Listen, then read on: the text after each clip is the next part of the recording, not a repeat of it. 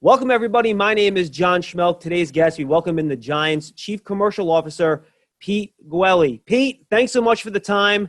How are you and your family doing through this very unique time in our country? We're doing as well as can be expected, John. So I'm down in Charlotte right now. Anticipating heading back to New Jersey in a few weeks. It's been an interesting window in time, but everyone's doing well, and I think that's the important thing. What has it been like for you? What's your basic day like working from home? It's interesting. I didn't know what to expect at first. I've always been an office guy, probably like a lot of people. Just traditionally had been in the office and had that as my base camp. So I was a little reluctant to even look at how things could work out remotely, but been pleasantly surprised. I mean, it's been a grind because you wake up in your office and you go to sleep in your office, so you're putting in a lot of hours. But I've been really amazed at how productive it's been, not just on my end, but certainly everybody on my staff. They've gotten a lot more done than I really thought was even possible. What were some of the challenges, Pete, that you anticipated when all this started? And what are some of the things that maybe has surprised you a little bit? I was just really worried about communication. Being in the office with the staff, being able to walk out the door and have a conversation with anybody anytime. I think, John, our business is extremely fluid. There's a lot going on at any one time. Things can change on a dime, and you need to have a lot of conversations during the day to potentially pivot, in different directions.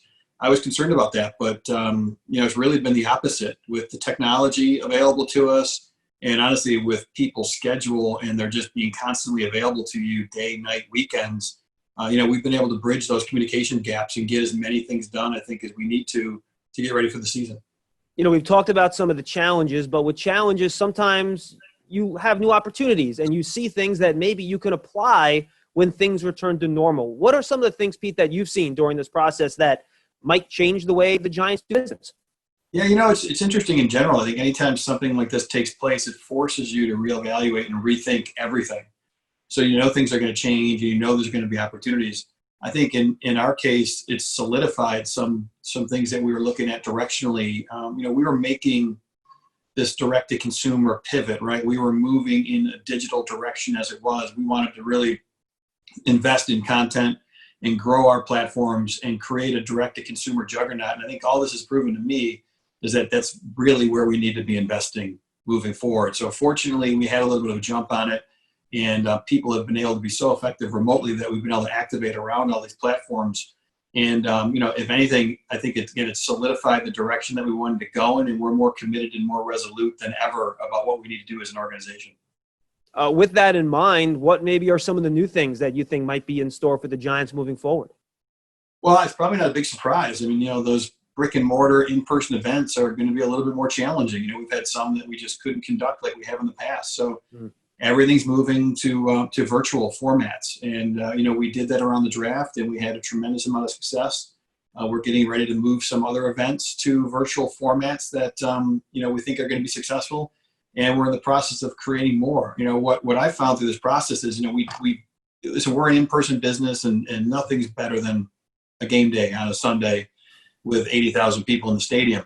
But off season, there's a lot of different events we've done to engage customers. You can only get so many of them there in person, but we can reach an unlimited number of our constituents digitally. So, we've made that transition, and we found in some ways it's been good for us because there's a lot of people that just physically can't make it places. Now we can get to them no matter where they are in the world. How have you found the engagement level of the fans? Is it very high, normal? Is it more so than usual? I found it to be higher. I think as we've kind of systematically gone through the off season, and we started with free agency, and then we moved into the draft, and then we had the schedule release. I mean, our numbers from a digital standpoint are through the roof. Every single metric that we measure our digital business by is up, and it's up significantly. So the engagement level has been particularly high. Obviously it's been a big focus for us as well, but that's been kind of a pleasant surprise through all this. People are hungry for content. They want distractions.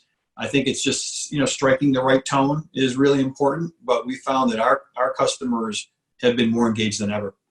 And Pete, obviously going back to the big picture perspective, New York and New Jersey is at the epicenter of this pandemic. What unique challenges do you think that puts in front of the Giants and other New York teams that maybe teams in other regions don't have to deal with because they haven't faced as many cases?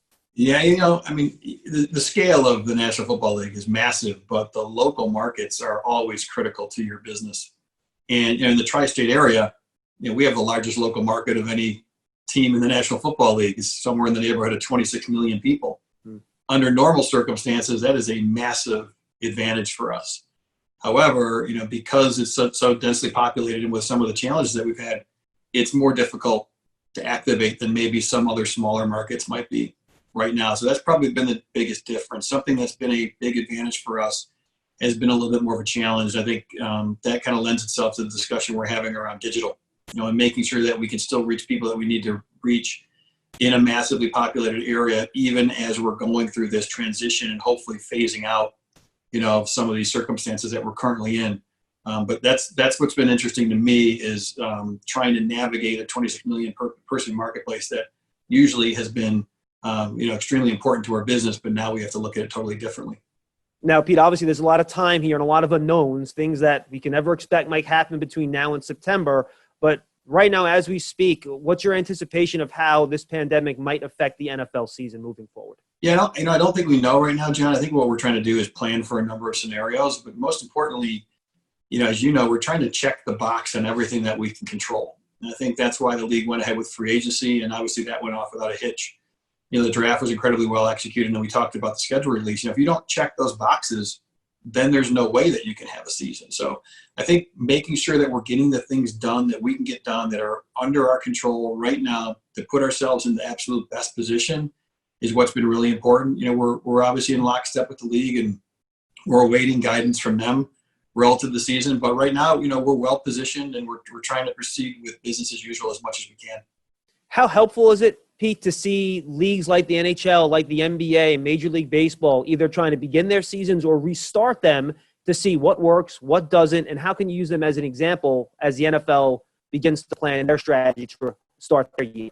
Yeah, John, I think it's incredibly helpful. It's nice to have some benchmarks. I mean, listen, more so than anything, I think, we're getting ready to open our facility on a limited basis over the next couple of weeks. And the whole priority for us has been the safety of our employees, of our players, and the fans. And, we're building protocols to make sure that we can bring every back in the most productive, safe fashion that we possibly can. But, yeah, to be able to kind of lean on examples from other leagues and other sports and other teams to help us create the right benchmarks is very valuable. We're going to continue to learn. We've got some systems in place that we're comfortable with, but we know as other organizations and other leagues start to come back, we'll learn from everything that they're doing. From a business perspective, Pete, how have you kept morale up with partners, even with employees, the players to a certain extent? How has you just been trying to keep everybody up and going forward, despite the fact that we haven't seen each other in person in over 2 months? We haven't been in the office, yet we're all still trying to keep the train moving down the tracks. It's things just like this, John. It's really been all about communication. I've not deviated from my weekly meeting schedule. We're just doing them through the technology that's available to us. Every couple of weeks, I've made sure that I've spoken to literally every single person on our staff. I've set up calls with each person to make sure that they feel connected to what's going on, because I don't want anyone to feel like they're left out and aren't comfortable, with where we're going directionally. And then we've had massive group calls. Had one the other day for about 60 of our employees all at the same time, and kind of went through some of our business planning, where we're currently at and directionally where we're going. So more than anything else, it's about communication internally. If you can't communicate internally, there's no way to communicate externally. And then from an external standpoint, we've been extremely proactive. Our customer service team has literally made thousands upon thousands of calls to our customers, to PSL holders, and to sponsors, to make sure that we're communicating with them, giving them the absolute latest information, finding out what's happening with them on their side, and then making sure we're being proactive. So if there is something that we can work on together, if there is something we can help with, if there's something that we can react to, we got to be prepared to do it. We made that decision from day one that we weren't going to hide. We weren't going to be under a rock. We were going to be proactive. We were going to communicate with our customers, and we were going to be as transparent as we possibly could so we could all prepare and all work through this together. Pete, this was fantastic. Great information. Thank you so much for the time, and hopefully we'll see a lot of Giant players on the field in September playing the game everybody loves to watch. We're looking forward to it, John. Thanks for having me.